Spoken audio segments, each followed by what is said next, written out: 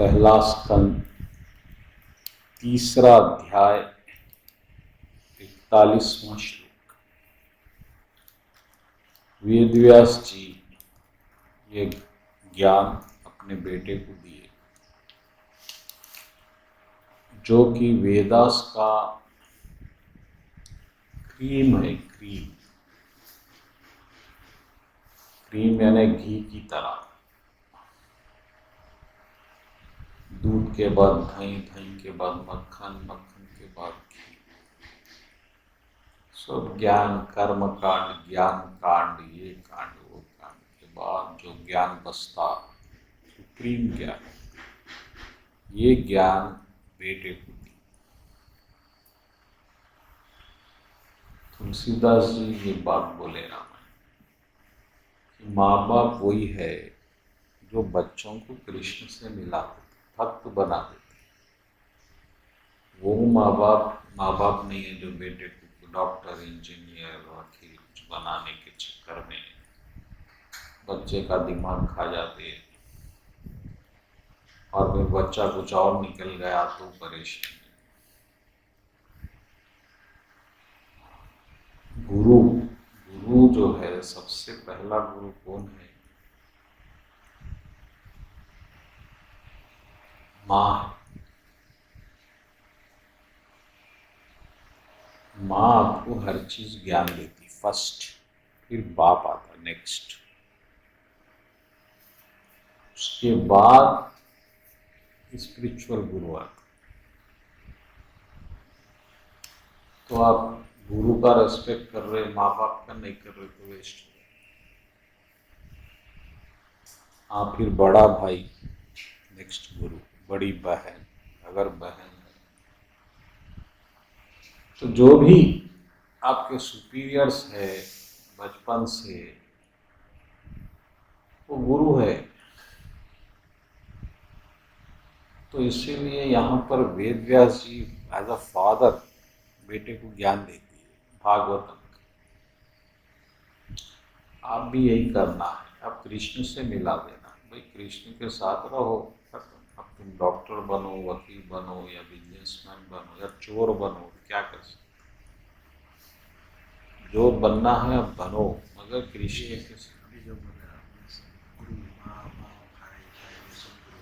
आध्यात्मिक गुरु है या फिर भौतिक गुरु, क्या मानना? वो सब नहीं, जिससे आप कुछ सीख रहे हो वो गुरु है।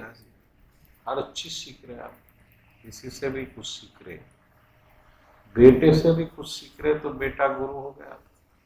आध्यात्मिक चीज सीखने से गुरु, आध्यात्मिक भौतिक कुछ भी सीखना सीखे तो आप गुरु है।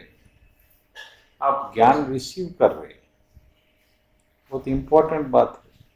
आपको कंप्यूटर कैसा ऑन करना नहीं मालूम, कोई आपको बताया, वही गुरु है। आप वो कंप्यूटर से आप वेद पढ़ सकते, तो एक मानो में वो बताने से तो ये सक्सेस हुआ। तो हर चीज का अपना इम्पोर्टेंस है। तो गुरु में आध्यात्मिक गुरु, ये सब माइंड के डिफरेंसेस है। गुरु इज गुरु, एक दीक्षा गुरु, एक शिक्षा गुरु, एक सर का गुरु, पांव का गुरु, ऐसा नहीं। अवधूत के 24 गुरु बनाए, भागवत में आने वाली है कथा। मक्खी को भी गुरु बनाए, मक्खी मधुमक्खी, मधुमक्खी से क्या सीखे? देखो कितना धन जोड़ती उन्हें, तो छत पे लूटने वाला खाली इंतजार करता, अभी भरने दो भरने दो। तो आप भी जो धन जमा करते हैं, वो आपके रिश्तेदार, हाँ बेटे बीवियां इंतजार करते रहते, बस कब आएंगे। तो आप तो बेवकूफ हो गए। तो उससे वो भी गुरु बन गई। तो आप जब इस तरह गहराई में जाते तो पूरी दुनिया, पूरी प्रकृति गुरु है आपकी।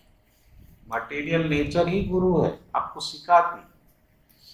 सूरज टाइम पे निकल जाता, एक दिन नहीं निकला, ऐसा नहीं हो रहा ना। तो हम भी सीख लेना, हर चीज टाइम पे करना चाहिए। सूरज से आप सीख सकते, पानी से सीख सकते, हवा से सीख सकते। हवा सब में मिलती, गंदे से गंदे आदमी के अंदर जाती, फिर बाहर निकलती, मगर खुद गंदी नहीं होती। तो हवा से सीख सकते हैं। तो गुरु का मतलब है कि जहां से आपको कुछ ज्ञान मिल रहा है, अब उसमें आप शिक्षा गुरु दीक्षा गुरु में डिफरेंस करेंगे तो फिर आप वो भेद बुद्धि हो गई। तो क्योंकि आप इस वक्त गुरु बन चुके हैं, बच्चों को जन्म दिए, तो आपका बहुत परम दायित्व हो गया कि आप बच्चे को कृष्णा के बारे में बोल देना कि भाई ये एक सही पिता है, माता है, दोस्त है, अब आप इसको पकड़ के जीवन गुजार लो। इससे आप दैव ऋण से मुक्त हो जाते। पितृ ऋण, दैव ऋण और क्या ऋण है, 3 टाइप के ऋण बताए गए। पितृ ऋण, दैव ऋण और एक कोई ऋण है। तो ये 3 कर्जे जो आप पे है, ये कैसा चुकता करेंगे? तो एक लेडी जो है एक हरि भगत को पैदा कर दी तो उन्हें मुक्त हो गई, बस उन्हें एक भगत बना दी। अब प्रभुपाद जी की माँ ही जगत गुरु है इस वक्त।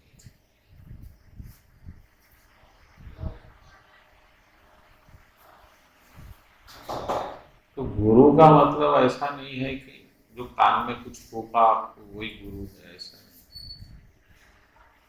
गुरु यानी जो आपको नॉलेज दे दिया, एक रहस्य बता दिया, जो बात छुपी हुई थी वो प्रकट कर। और व्यासदेव जो है परीक्षित महाराज को बोले, फिर सुखदेव महाराज, पहले ब्रह्म भगवान नारद जी को बोले, नारद जी व्यास जी को बोले।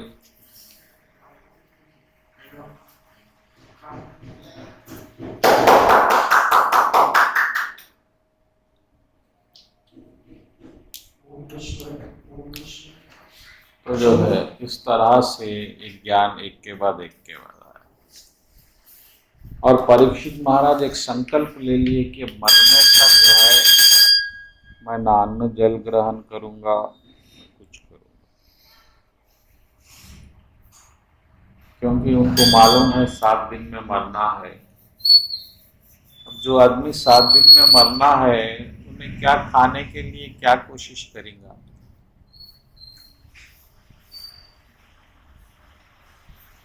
जेल में जब अंतिम इच्छा पूजी जाती फांसी देने वालों को, तो कभी कभी कैदी बोलता हूँ अच्छा खाना चाह रहा हूँ, टेस्टी फूड।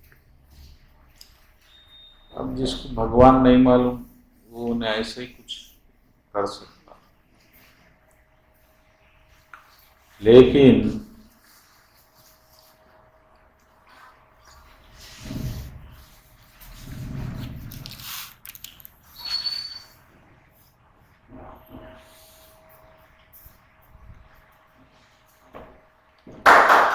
अब कृष्ण भगवान जब यहाँ से गुजर गए, अवतार अपना खत्म कर दिए, तो क्या चीज आपका सहारा रहेगा? तो ये श्रीमद् भागवत कथा रखती।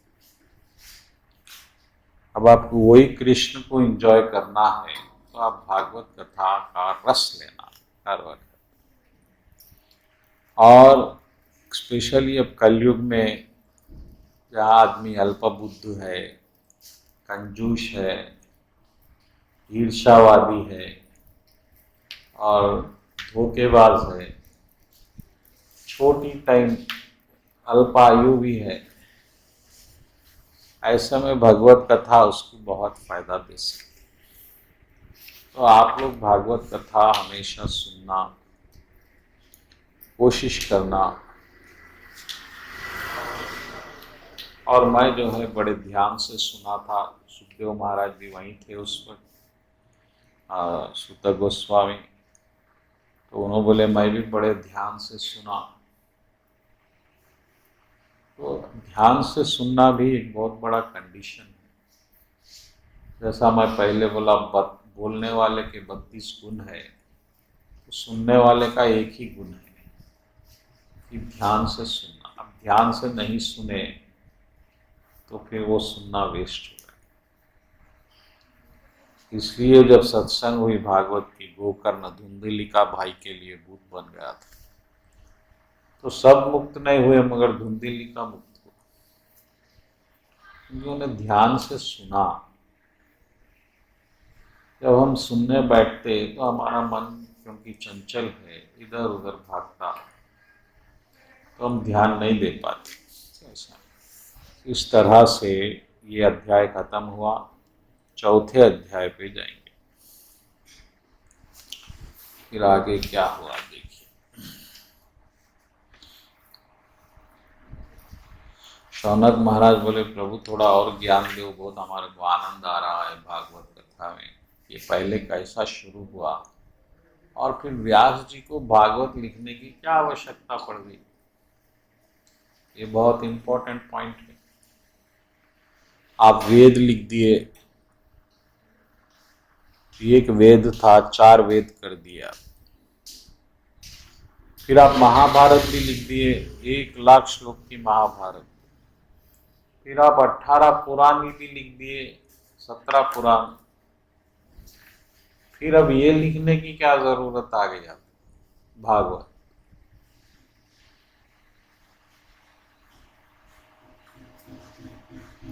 जैसा कि आप घर में दिया जला दिए, रोशनी आ गई, और एक लाइट थोड़ी जलाएंगे, और एक दिया, फिर और एक दिया, आप बार बार दिए जला रहे, तो आप बेवकूफ है।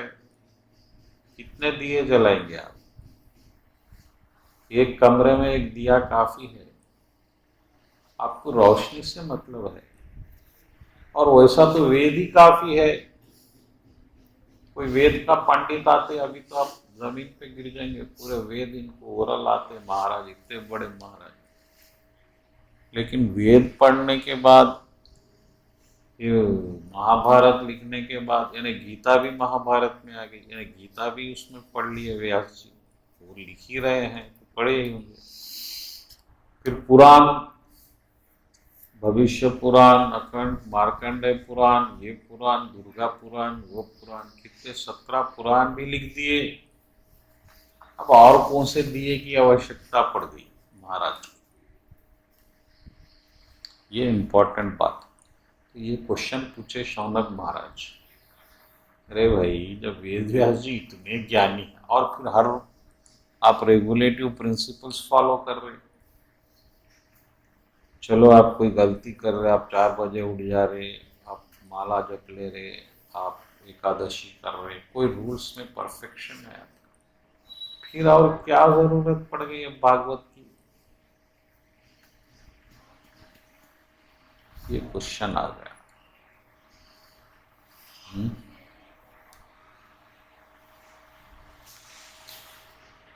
ये एक बड़ा प्रश्न है।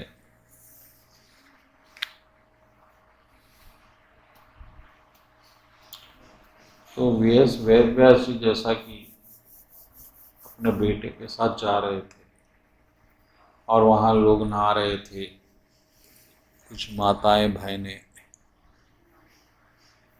तो अचानक वेद व्यास जी को देख के वो लोग कप छुपा लिए कपड़े वपड़े ऐसा, और उनके बेटे को कुछ नहीं छुपा रहे, वो आराम से चले गए। जबकि फिर उनका बेटा तो कोई किताब नहीं लिखा, कोई वेद नहीं लिखा। ये क्या बात, क्या डिफरेंस?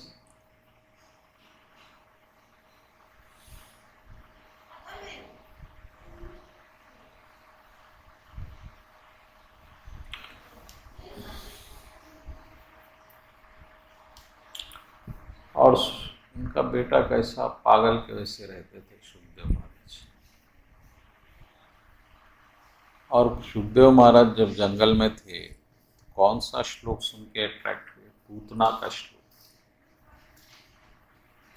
तो पूतना को भगवान मुक्ति दे दिए। जो औरत आपको जहर देने मारने आ रही है, हत्या करने आ रही है, उसको भगवान गोलोक दे रहे हैं। ये श्लोक सुनते ही सुखदेव महाराज का माइंड टर्न हो गया, अरे ये क्या, ये कौन है भाई, ऐसा भी कोई हो सकता क्या? भगवान जो है हमारी इमेजिनेशन से भी बहुत खूबसूरत भी है, बहुत दयालु भी है। हम जितने दयालु समझते उससे बहुत दयालु। सबको भगवान मुक्ति दे देते। शिशुपाल, रावण, दंतवक्र, पूतना, आकासुर, अगासुर, सब सुरों को फ्री। इतने दयालु भगवान। तो जंगल से फिर वापस आ गए सुखदेव महाराज। ये क्या है, ये सुनेंगे आखिर पिताजी से, ये क्या किस्सा। तो ब्रह्मनिष्ठा ब्रह्म में एस्टैब्लिश हो गई, यानी ये माइंड को माया से हटाने में कामयाब थे सुखदेव महाराज। और ऐसा आदमी भी कृष्ण भगवान की लीला से अट्रैक्ट, ब्रह्म सुख त्याग है। जैसा जनक जी राम जी को देखते ही ब्रह्म सुख भूल गए। इतना सुंदर ये बच्चा कौन है भाई, मेरे को अपने आप कुछ हो रहा, दिल उछल रहा मेरा, ऐसा क्यों हो रहा कि बालक को देख के। राम जी उस वक्त 10 या 12 साल के थे। इतने सुंदर भगवान। तो ये जो है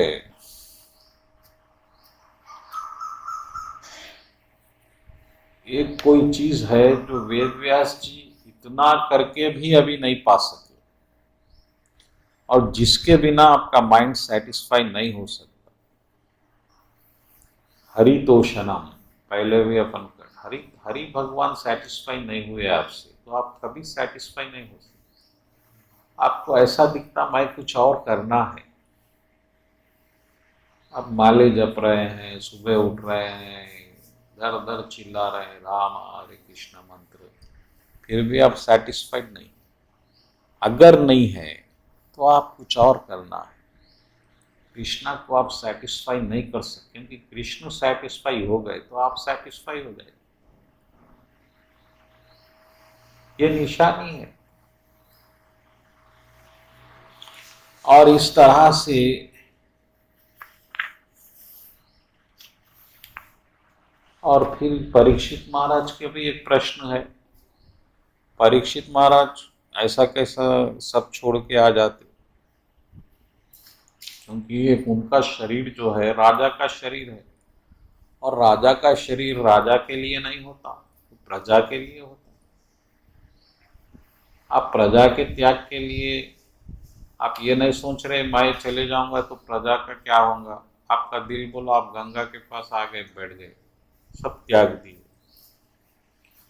विभीषण जब राम जी के पास आए तो क्यों आए, बोलिए। उनका रावण अपमान करा, नहीं। विभीषण जी बोले अगर युद्ध हुआ तो बहुत से लोग मारे जाएंगे अननेसेसरी, और मैं राजा का क्योंकि भाई हूं, मेरा कर्तव्य है यहाँ की लंका के लोगों को बचाना है। और भगवान राम से दोस्ती करने का कंडीशन रखे विभीषण जी, आप इतना सा वर दो प्रभु कि युद्ध में कुछ भी हो मेरे पब्लिक को नुकसान आप नहीं करेंगे। अब यूक्रेन वो वॉर हो रहा है, लोग मर रहे हैं, वो बम कोई भी बस्ती में गिर जा रहा, सब मर जा रहे। फिर ऐसे ही अगर लंका में तो निर्दोष प्रजा राजा के लिए मर जाएंगी, उन्हें सीता को उठा के ला लिया, इधर लोग मर रहे हैं। तो विभीषण जी का इतना निस्वार्थ भाव है कि मैं मेरे प्रजा को बचाऊंगा, ऐसा सोच के उन्होंने वहां पर मेरे को भाई अपमान करा बोल के नहीं। और भगवान राम वर दिए, ठीक है मैं वर देता हूं, हम लड़ाई भी बाहर करेंगे लंका के, और कोई एक आदमी भी लंका को नुकसान नहीं पहुंचाएंगे। तो परीक्षित महाराज भी इधर आ गए हैं, आप प्रजा का कुछ नहीं सोच रहे, अब आ गए अपने फायदे के लिए। ऐसा कैसा कर सकते परीक्षित महाराज, बल्कि ये प्रश्न शौनक महाराज पूछे। ऐसा कैसा आ गए, और क्यों मरने तक व्रत कर रहे, जबकि एक भगत तो दूसरों के लिए जीना चाहिए। यहाँ तो भगत अपने लिए जी रहा है, अपनी मुक्ति, अपनी भक्ति। प्रजा मरे तो मरे, ये कैसी भक्ति है भगवान, बोलो। अब शुद्ध गोस्वामी क्या बोले देखिए। एक बार एक दिन सुबह व्यास जी अपनी पूजा पाठ करके बैठे।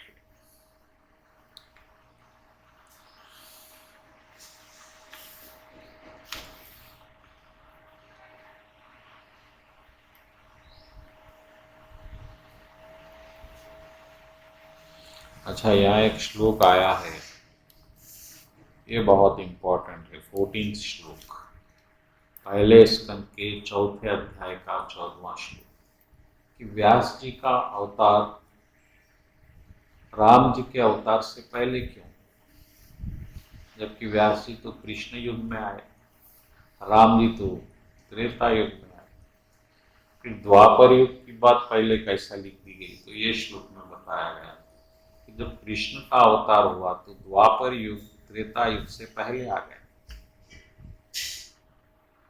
ओवरलैपिंग है। वो एक बार, एक कल्प में एक ही बार होता, क्योंकि एक कल्प में एक ही बार कृष्ण आते, 1000, जबकि दूसरे अवतार 1000 बार हो जाते, इसीलिए वो एक अवतार। और मत्स्य अवतार, ये पूरे अवतारों का जिक्र कृष्ण से पहले है। हाँ, ये कैसा युग ओवरलैप? युग ओवरलैप यानी उस वक्त जो त्रेता होना चाहिए वो पहले, वो बाद में होने होगा, उसके बाद शायद मत्स्य अवतार वो तो सतयुग में ही हो गए।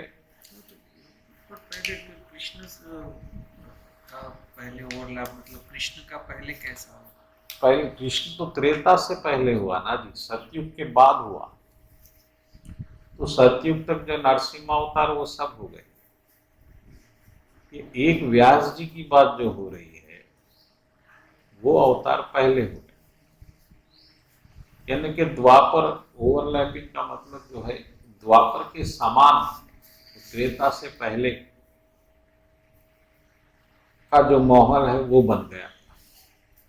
इसका दूसरा जवाब ये भी है कि वेदव्यास जी, वेदव्यास जी यानी वेदव्यास जी वो पोस्ट है, और जैसे ही त्रेता युग शुरू हुआ तो वेदास जब तक एक था सतयुग में, उसको डिवाइड करने की पॉलिसी शुरू हो गई। तो ये वेदव्यास जी 35वें वेदव्यास है। पहले के 34 वेदव्यास के नाम भी लिखे हुए हैं।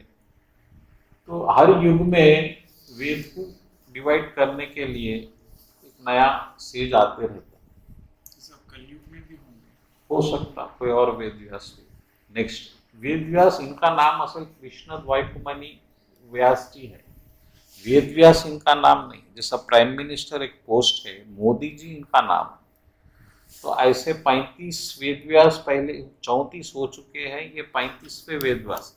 तो वो त्रेता युग में राम जी के पहले आने से शुरू हो गए थे। त्रेता युग जब शुरू हुआ, राम जी त्रेता युग के एंड में आए, तो वो हिसाब से भी वेदव्यास जी का नाम पहले लिखा गया, एक भी वजह। लेकिन ये श्लोक के हिसाब से ओवरलैपिंग द्वापर के पहले के पोजीशन में चले गया, द्वापर युग त्रेता के पहले।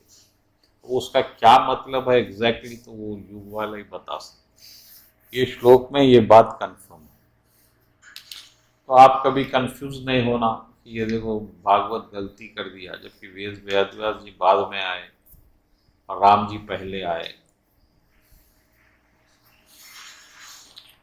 तो वेदव्यास जी सुबह उठे और उसके बाद वेदव्यास जी देखे कि अरे ये कलयुग में तो बहुत बर्बादी दिख रही, कोई ज्ञान व्यान के चक्कर में नहीं है, और कोई जो है आदमी छोटा दिमाग का हो गया, कंजूस हो गया। कलयुग में आदमी कंजूस हो गया क्योंकि पैसे ही नहीं आ रहे, गरीब हो गया, निर्धन हो गया। ऐसे में अपने क्या वेद पढ़ेगा, क्या ज्ञान लेगा, क्या भक्ति करेगा, ऐसे चिंता करके उन्होंने उसको ज्ञान को डिस्ट्रीब्यूट करे, पुराणास बनाए, जिसको पंचम वेद बोलते हैं। पुराना जो है पंचम वेद है, और अपने चेलों को एक एक उपनिषद दिला दिए, और रोमहर्षि नाम सुत गोस्वामी के पिताजी का नाम, उनको भी अथर्ववेद दिए, उनको वो दिए, ये दिए, ऐसा डिस्ट्रीब्यूट करते।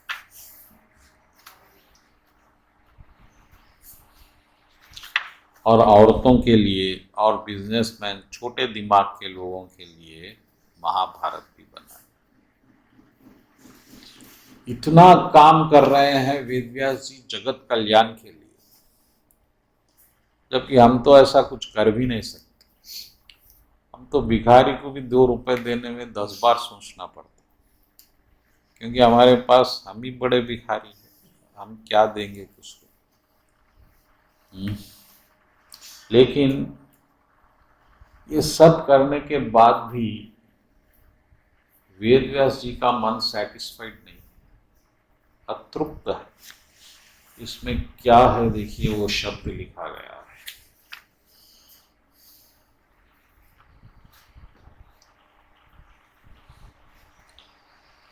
नातृष्य। वेद व्यास जी का माइंड डिससेटिस्फाइड है, बस ये एक कारण है इतने धर्म बन गए। अगर आपका माइंड सेटिस्फाइड है तो आपको मंदिर आने की जरूरत ही नहीं है। आपका माइंड अगर तृष्य है, तृप्त है, तृष्य अतृष्य, तृष्य यानी आप सेटिस्फाइड हो जाना, आप में बेचैनी है, आपको कुछ और पाना है, आप अधूरे हैं, तो आप इधर उधर भटकेंगे, पिक्चर जाएंगे, दोस्त के पास जाएंगे, टीवी ऑन करेंगे, कुछ होना आपको। अभी आपका माइंड अभी प्रेजेंट पोजीशन से खुश नहीं है। इसीलिए आप महात्मा का जब कोई पोज देखते तो वो कैसा रहता, बैठे हुए। गौतम बुद्ध बैठे हुए, अब वो भाग नहीं रहे। और जो टीवी में एडवर्टाइज बताता उसमें आप भागते रहते। ग्लूकोज भी होना, बेचना है तो भागना पड़ता, वो भाग रहा है, बच्चा भाग रहा है, वो भाग, सब भागम भाग। न्यूज शुरू होने से पहले जो एक क्लिप डालता वो कैसी रहती, एक्शन में रहती, ढा ढू ढा ढू, शांत नहीं बैठ सकते। भागना बेचैनी की निशानी है, और एक जगह बैठ जाना तृप्ति की निशानी है। आपको 4 घंटे आज टाइम मिल रहा है, आप क्या करेंगे? आप आराम से बैठ गए घर में, कुछ नहीं कर रहे हैं, आप तृप्त हो गए। आप तो राजा से बड़े हो गए, मोदी से बड़े हो गए, क्योंकि मोदी भी भाग रहा है। क्यों भाग रहा है भाई? फिर बुद्ध नहीं भाग रहे, बुद्ध बैठ गए। शंकर जी कैसा रहते, बैठे हुए रहते, आंख बंद करके। शंकर जी का जो पोज है, कोई दुर्गा माँ बैठी हुई नहीं है, वो तीर लेके परेशान। तो ये बैठना तृप्ति जो है, आप अगर आप तृप्त है तो आपको कोई भगवान की भी जरूरत नहीं, मंदिर की जरूरत नहीं है, आप तृप्त हो गए। समुंदर कहीं भागता क्या? नदी समुंदर के पास आती ढूंढते, नदी अतृप्त है, समुंदर तृप्त है।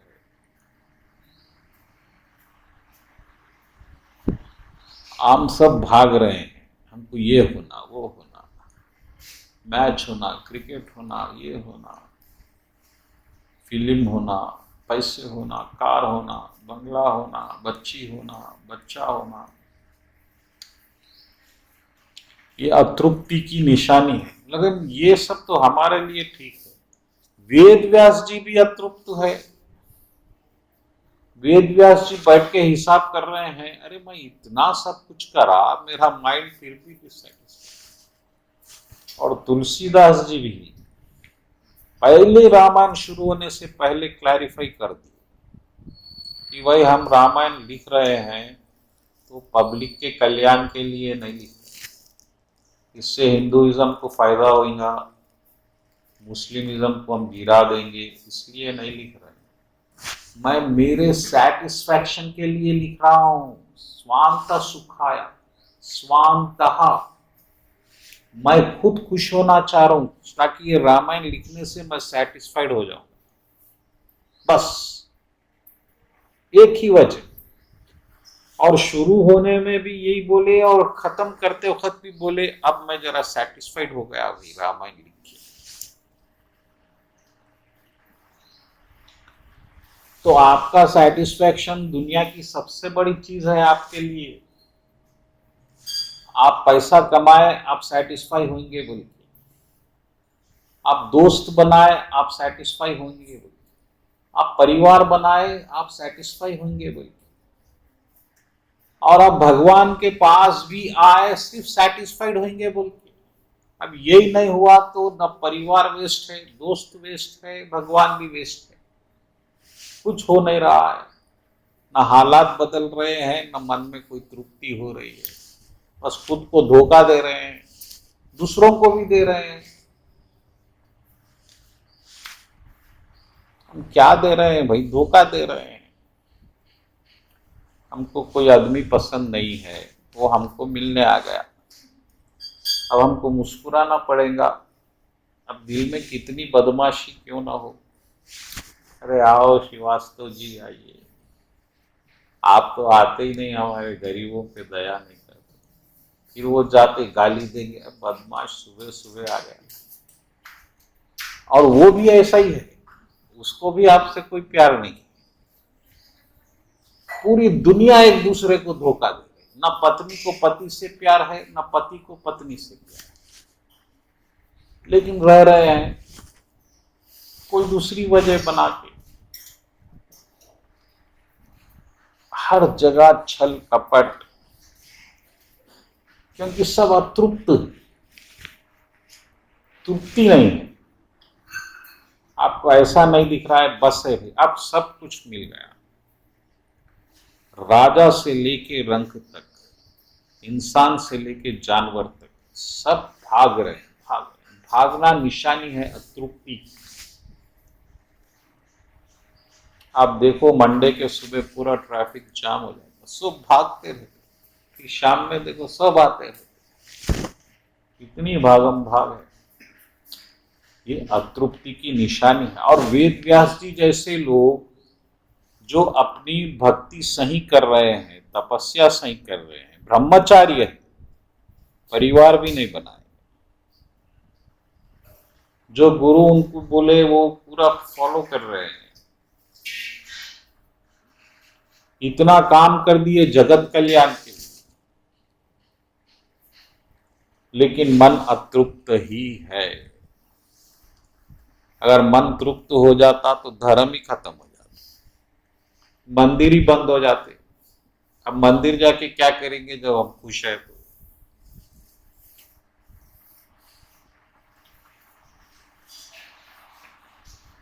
ये बड़ा इंपॉर्टेंट पॉइंट। और वो अतृप्ति माइंड की मिटाने के लिए भागवत बनाई गई।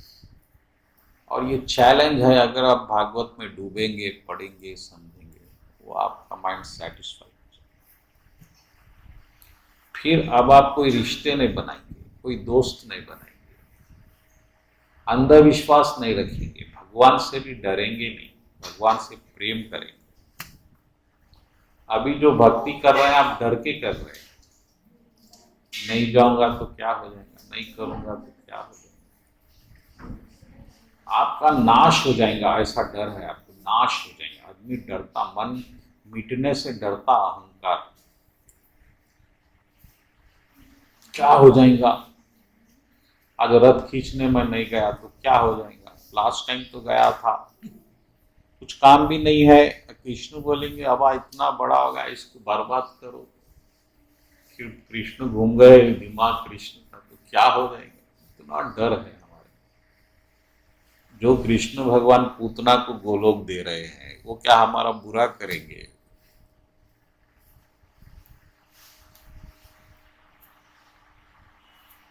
हमारा डर, भय से भक्ति हो रही है, भय भक्ति। लेकिन वेद व्यास जी भी अतृप्त है। उन्होंने बोले क्या गलती हो गई भाई मेरे से, एनालिस कर रहे आप भी करना, क्यों ऐसा हो रहा हूं, मैं क्यों तृप्त नहीं हूं।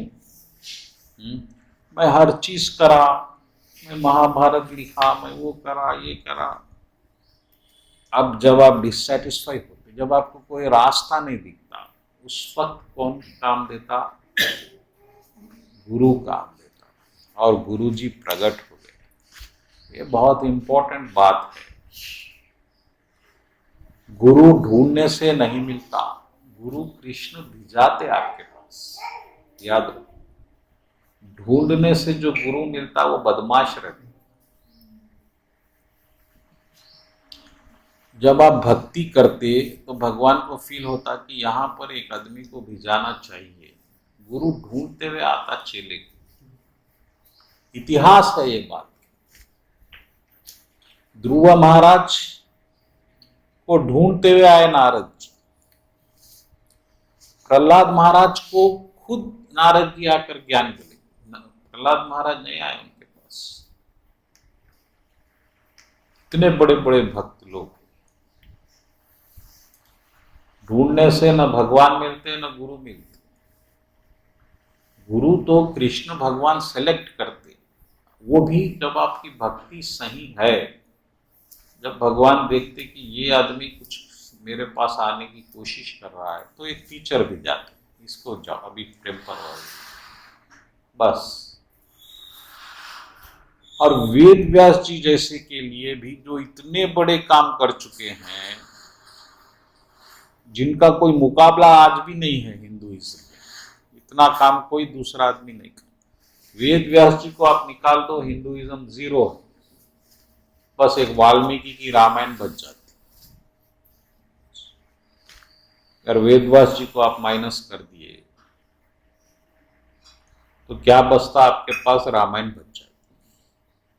न भागवत, न गीता, न दुर्गा पुराण, न ये पुराण, न चंडी पुराण, न कोई पुराण नहीं। पूरी हिंदुइज्म की बुनियाद वेद व्यास जी पे डिपेंड है।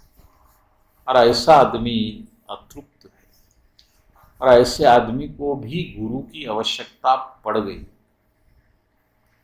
और गुरु जी प्रकट हो गए, नारद जी आ गए। जबकि वेद व्यास जी खाली ऐसा सोच रहे हैं मन में बैठ के, क्या इतना काम करने के बाद भी सेटिस्फेक्शन नहीं, क्या है, क्या गलती हो रही है, क्या चूक रहा हूं मैं, क्या मिसिंग फैक्टर क्या है। जैसा हमारे साइंटिस्ट भी चूक गए। एटम में कई पार्टिकल्स नए नए मिले, लेकिन एक पार्टिकल आज भी ऐसा है जिसका क्या है कुछ समझ में नहीं आ रहा है। तो साइंटिस्ट लोग उसको गॉड पार्टिकल बोल के नाम देते हैं।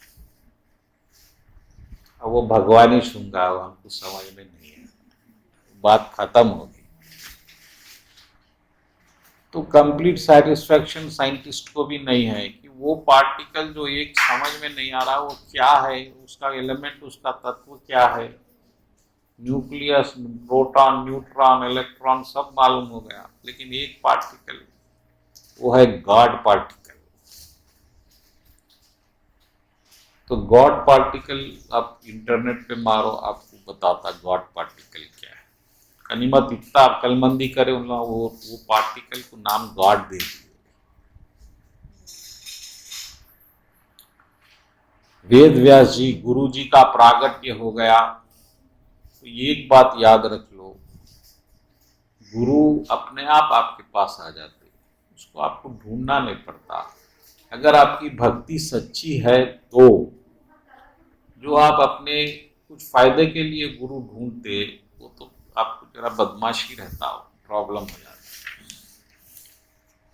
और व्यास जी जैसे गुरु आ गए, उनका स्वागत करे, प्रणाम करे, जो भी है। और उसके बाद दोनों में क्या बातचीत हुई, ये अगले अध्याय में, हम 5वें अध्याय पे पहुंचे। टाइम है ना अभी?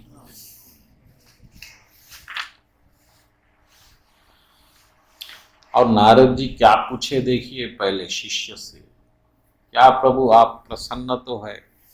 ये प्रसन्न ही तो नहीं है। और हम झूठ बोलते लोगों से, क्या प्रभु सब सब ठीक, आराम, बस हरि कृपा है। जबकि आप कितने दुखी है, आपके दिल को मालूम है। ये हमको आदत हो गई झूठ की। आप ऐसा नहीं बोल सकते, नहीं प्रभु बहुत दुखी हूं मैं। सच बोले तो बोलो सच। नहीं है जी, हम खुश, बहुत परेशानियां हैं, तुम सॉल्व करते।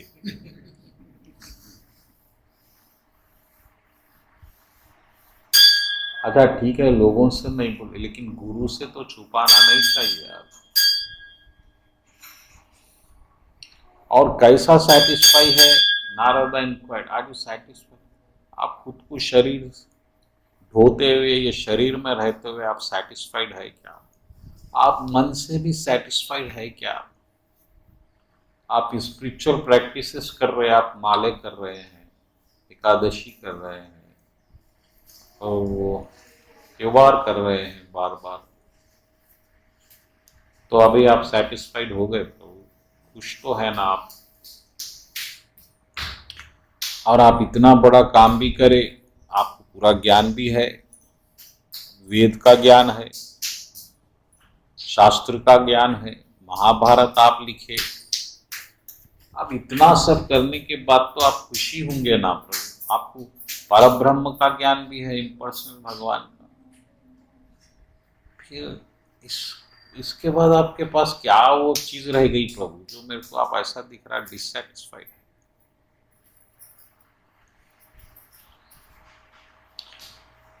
तो वेद व्यास जी तुरंत गुरु जी के शरण में हो गए। अब ज्यादा बात को घुमाए नहीं, प्रभु आप मेरे को इतना बता दो कि मेरे डिससेटिस्फैक्शन का क्या कारण, बस ऐसा कौन सा कर्म है जो अभी मेरे को करना है जिससे मेरे को सेटिस्फैक्शन मिलेगा। अब ये बात वेद व्यास जी के लिए नहीं, हम सबके लिए भी है, क्योंकि शायद जैसा वेद व्यास जी सेटिस्फाई हो गए ये करने, हम भी सेटिस्फाइड हो गए।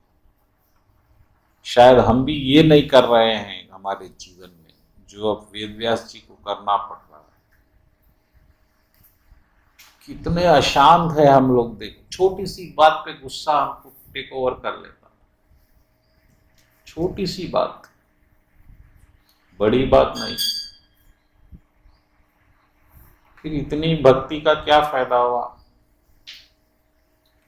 आप में सहन शक्ति ही नहीं है, छोटी छोटी बात पे आप गुस्से में आ जाते, खून औंटा लेते अपना।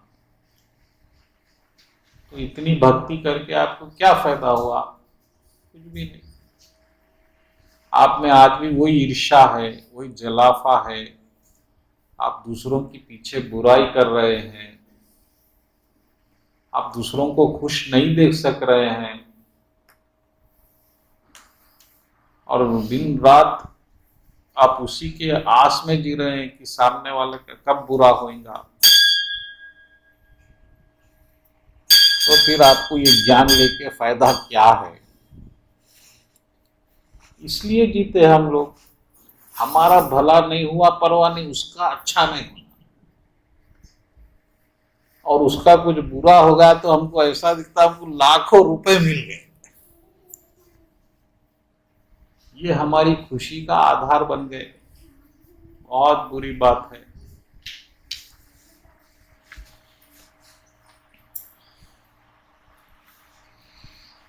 ये सब का वजह क्या है भगवान? अब नारद जी को पूछ रहे वेद व्यास जी, अरे प्रभु आप तो जो है परम ज्ञानी है, अंतर्यामी है, आप हर जगह है, आपको परमात्मा के बार के दर्शन होते, अब बताओ मेरे में ऐसी क्या खराबी है। तब नारद जी उसका जवाब दिए, देखो भाई, आप बहुत बड़ा काम करे, इसमें कोई शक नहीं,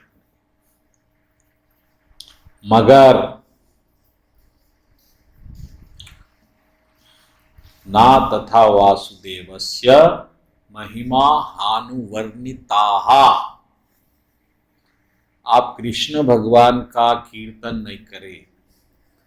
कीर्तन का मतलब ताले बजाना नहीं, तारीफ करना। कीर्तन बोले तो आप भगवान की जो तारीफ करते उसको कीर्तन बोलते।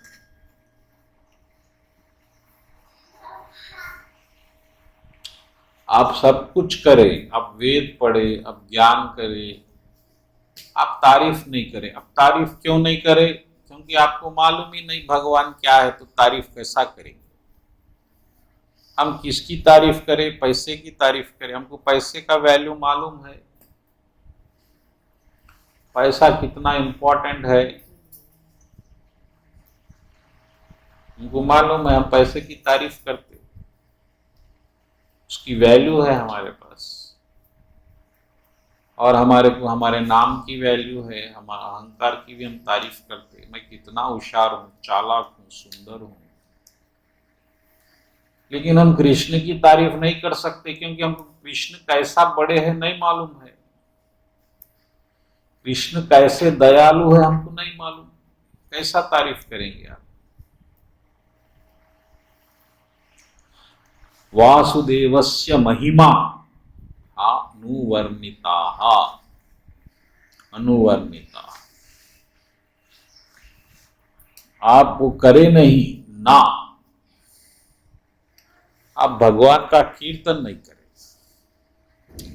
और आप भगवान का कीर्तन जब तक नहीं कर सकते जब तक आपको कृष्ण मालूम नहीं होंगे कि आपके जिंदगी में उन्होंने कितनी कृपा आप पे कर रहे हैं। ये जब तक आपको समझ में नहीं आया, आप कीर्तन नहीं कर सकते। आप जो कीर्तन करते हैं वो टेक्निकल कीर्तन है, मैकेनिकल कीर्तन है। अगर राधाष्टमी जन्माष्टमी आ गई है तो 7 बजे से 8 बजे तक करना है कुछ, बैठ जाओ भाई, क्या करेंगे? अब नहीं बैठेंगे तो नाम भी खराब हो जाएगा कि भक्ति भी नहीं कर रहे। बैठ गए, चिल्ला लिए, नाचे कूदे, सर पटके, हो गया। ये कीर्तन नहीं। कीर्तन का मतलब है कि आपके दिल से भगवान के लिए तारीफ निकलना, अरे ऐसे भगवान है मेरे, ऐसे भगवान। सुदामा के पांव धो रहे हैं भगवान, क्या बात है। वो सुदामा जिसकी धोती फटी हुई, जिसकी नसें पूरे जिस्म में दिख रही है, बूढ़ा है,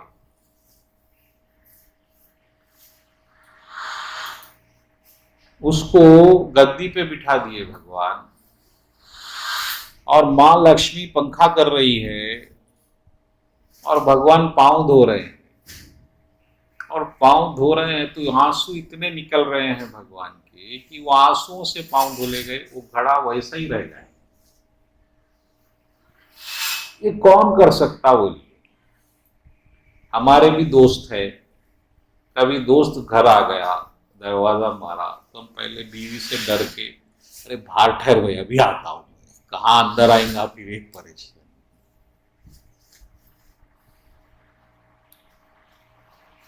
ये हमारी दोस्ती है। वो भी वो दोस्त हमारे लेवल का हो। अब कोई गरीब आ गया, अरे ये पैसे मांगने आया, इसको भगाओ, पहले नहीं है बोल दो।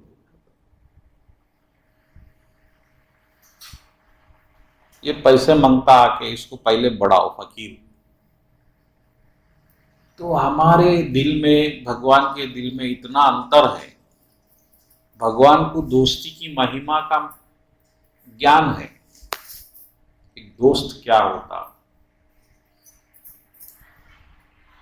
और जैसे ही सुदामा आए, भगवान भागते हुए आए, अपनी चादर, अपनी शॉल जो थी वो गिरी हुई है, उसको गले लगा रहे हैं, और पूरे महल में सब परेशान, ये कौन है भाई? पहले तो आज तक कभी नहीं दिखा।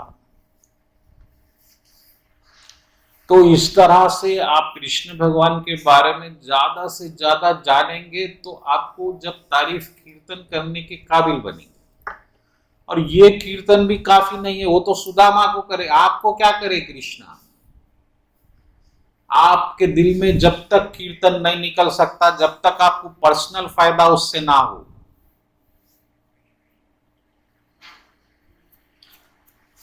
मदर तेरेसा बहुत दान करी, गरीबों को देगी, लेकिन हम क्या करेंगे? आप मदर तेरेसा की थोड़ी तारीफ कर रहे, हमको क्या कर, हमारे को तो कुछ नहीं करी, हम तो फकीर ही है।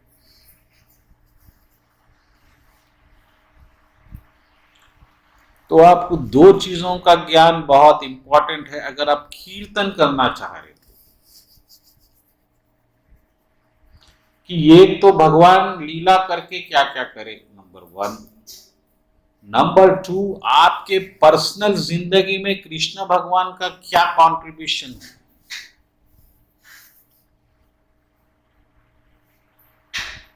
कि अभी आप जी रहे हैं, आप पैसों के लिए स्ट्रगल कर रहे हैं, आप घर में शांति के लिए स्ट्रगल कर रहे हैं,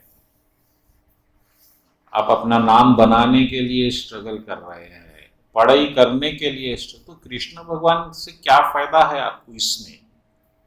ये बात जिस दिन आपको समझ में आ गई, उस दिन वो कीर्तन अपने आप होगा। फिर आपको कोई मंदिर आके करताल लेके बैठने की आवश्यकता नहीं, आप जहां बैठेंगे वहां कीर्तन होगा। कीर्तन का मतलब समझिए, कीर्तन का मतलब है भगवान की तारीफ करना। और तारीफ जब तक नहीं होगी, जब तक वो तारीफ किस काबिल के लिए हो रही है आपको नहीं मालूम। सुदामा के पांव धोए, सुदामा को पैसे दिए, ठीक है, हमको तो नहीं दिए, तो हम कहीं को तारीफ करेंगे? पागल है क्या? मोदी जी कई किसानों को करोड़ों रुपए दिए बोल रहे, वो दिए, हमको क्या करें? हमको तो नहीं दिए, हम तारीफ नहीं कर सकते। तो कृष्ण भगवान जितना सुदामा पे कृपा कर रहे हैं, उतनी ही कृपा आप पे भी कर रहे हैं। आपको उसका ज्ञान नहीं है, वो आप पहचानना है। ये मत समझिए कि सुदामा पे कृपा हुई, आप पे नहीं हो रही। कृष्ण भगवान का एक ही काम है, कृपा करना, बस। और जितनी सुदामा पे हुई, उतनी पूतना पे हुई, उतनी शिशुपाल पे हुई, उतनी कंस पे हुई, उतनी रावण पे हुई, उतनी आप पे हो रही है। जिस दिन आपको ये मालूम हो गया, उसके बाद फिर आपको कोई डुप्लीकेसी की जरूरत नहीं है। आप अपने आप ही कृष्ण का कीर्तन करेंगे हर वक्त। अरे कृष्ण है भाई, जो है कृष्ण, पागल, वो तो हमारा है। जब तक आप भय से भक्ति करेंगे, डर के, अब डर के यानी अब जो है वो करना पड़ेगा। अब प्रोग्राम है तो जाना पड़ेगा, रथ है तो खींचना पड़ेगा, नहीं खींचेंगे तो फिर परेशानी, आने वाले पैसे बंद हो गए तो, भगवान नाराज हो गए तो, ऐसा डर है। तो वेद व्यास जी इतना सब कुछ करे हैं, लेकिन कीर्तन नहीं कर सके भगवान।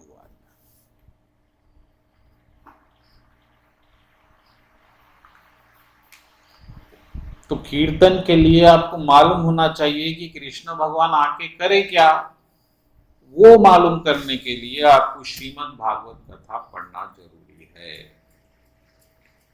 जब आप भागवत कथा को समझेंगे तो कृष्ण भगवान का ग्रेटनेस समझ में, जरासंध को मार दिए भगवान, वो सम्राट है उस वक्त, और उसके बेटे को राजा बना दिए, सहदेव को।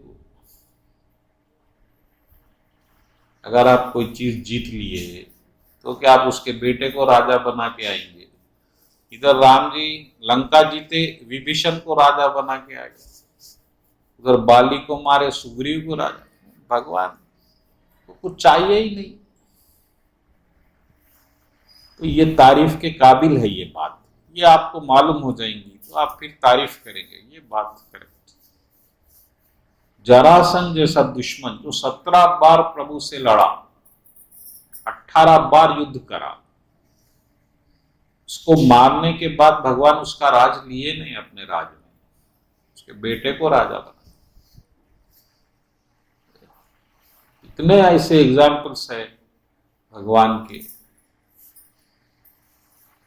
तो हमको नहीं मालूम तो हम कैसा कीर्तन करेंगे? कीर्तन का मतलब आप 1 घंटा कुछ गा लिए, वो कीर्तन नहीं है, वो तो एक मजबूरी है। क्यों कर रहे हैं वो? क्योंकि वो ऐसा बताया गया है कि भाई करना चाहिए, पूजा में फेस्टिवल है, 1 घंटा कीर्तन होना ठीक है। हाँ, होली है तो नगर कीर्तन कर लो, और कुछ बारिश आ गई तो आप कोशिश भी नहीं करेंगे नगर कीर्तन की, ठीक है बारिश आई ना, मेरी तो गलती नहीं, वो कृष्णा की गलती, बच गया, एक खुशी हो जाएगी, दुख नहीं होगा, बच गए हुए, बला टली, कहा गाते हुए जाओ रोड पे, बारिश आ गई हम क्या करें? तो ऐसा भक्ति नहीं होती।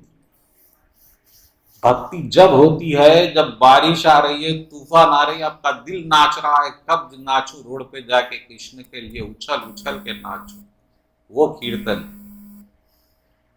वैसा थोड़ी होता, किसी को होता तो हाथ उठाइए, मेरे को होता प्रभु, हम भी उसकी चरण धूली लेके सीखेंगे। तो ये जो भी है मैकेनिकल है, ये जो भक्ति का प्रोसेस है, ये फायदा ज्यादा नहीं देता, इससे फायदा ज्यादा नहीं होता। ठीक है, ये भी जरूरी है, क्योंकि जब तक बच्चा पढ़ना ना सीखे उसको नर्सरी केजी में कंपलसरी कराना चाहिए, फिर वो एक बार आदत हो गई तो अपने आप जाएगा स्कूल। इसी तरह ये भी आपको आदत होगी तो आप भक्ति आएंगे, कृष्ण का कीर्तन। तो कीर्तन का मतलब है हर क्षण होना चाहिए। कीर्तन ऐसा नहीं 1 घंटा 2 घंटा, हर क्षण आपके दिमाग में ये माइंड में चलना चाहिए कि ये कृष्ण की कृपा अभी भी बह रही है और मैं उसमें डूबा हुआ हूं, नहा रहा हूं, ये मेरे कृष्ण भगवान का बड़प्पन है। आज मैं सांस भी ले रहा हूं तो कृष्ण की कृपा से ले रहा हूं। ये जब आपको समझ में आ जाएगा कि आपका एक यहाँ आना, यहाँ से जाना, ये सब कृष्ण भगवान कितनी बड़ी कृपा करने से पॉसिबल होता, जब आप कीर्तन करेंगे। ये तो खैर अपने इंटरनल कीर्तन है। अब एक्सटर्नल कीर्तन, आपको कृष्ण के लिए कुछ मालूम होना चाहिए कि भगवान क्या क्या करे, आके लीला क्या हुई क्या नहीं, तो आप कीर्तन करेंगे, नहीं तो क्या कीर्तन करेंगे आप? और ये वेद व्यास जी भी नहीं कर सके, सब लिख रहे हैं, सब वेद लिख रहे हैं, आत्मा परमात्मा परम ब्रह्म, ओ ब्रह्म रस्य ये रस्य विपनिषद, ये तत्व वो तत्व, लेकिन कृष्ण की तारीफ ही नहीं हो रही है। जो भगवान आके लीला करे आपके लिए, आप तारीफ करेंगे, इसलिए भगवान लीला करे, भक्त तारीफ करेंगे, भगवत कीर्तन करेंगे, आप नहीं करे। इसीलिए वेद व्यास जी अतृप्त है, हम भी अतृप्त है। और अगर आप तृप्ति चाहते हैं तो भगवान को समझ के उनकी तारीफ करो अपने मुख से। श्रोतव्य कीर्तनश्च ध्यानश्च, 3 भक्ति बताई गई भागवत में पहले ही अध्याय में। सुनना, बोलना, तारीफ करना और भगवान का ध्यान करना, 3 टाइप की भक्ति, बस करो। लेकिन ये होने के लिए आपको नॉलेज आवश्यक है कि कृष्ण ऐसा है, सुदामा के पाउंड हुए, ऐसे कितनी लीलाएं भगवान की। अर्जुन को बचाए, 1000 बार बचाए, जयद्रथ से बचाए, वो कर्ण के बाण से बचाए, भीम को बचाए, दुर्योधन जब वो आलिंगन करके मारना चाह रहा था धृतराष्ट्र, कई बार वो लक्षागृह से, वो विष से, क्या क्या भगवान की कृपा असीमित। तो ये सब आप भागवत सत्संग से आप सुनेंगे तो आपको समझ में आएगा।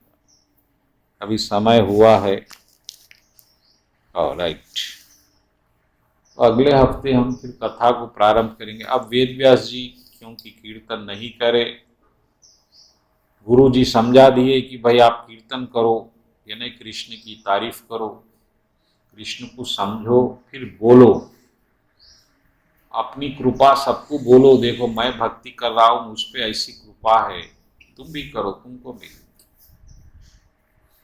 सबसे बड़ा दान क्या है? आप कृष्ण को बताइए लोगों को, ये सबसे बड़ा दान है। क्योंकि अगर मैं 1000 रुपये भी आपको दान दूंगा तो 2 दिन में खत्म हो जाएंगे, आप भूल जाएंगे। लेकिन एक बार कृष्ण दे दिया तो कृष्ण भगवान आपको जन्म जन्म साथ देंगे कृपा करके। तो आप दूसरों को कृष्ण दीजिए, ये है प्रवचन। ये क्या है? आध्यात्मिक एक्टिविटी, स्पिरिचुअल यज्ञ है, ज्ञान यज्ञ। ये कीर्तन है। तो अब आप कीर्तन करिए। कीर्तन 24 आवर्स होना है, ऐसा नहीं है 1 घंटा 2 घंटे करे, 5 घंटे करे, ऐसा नहीं। हर सांस आपकी कीर्तन बन जाना, क्योंकि हर सांस कृपा की मोहताज है, कृपा पे डिपेंड है। बस बोलो कृष्ण कन्हैया लाल जी की जय। 5th chapter 9th shloka, 1st canto.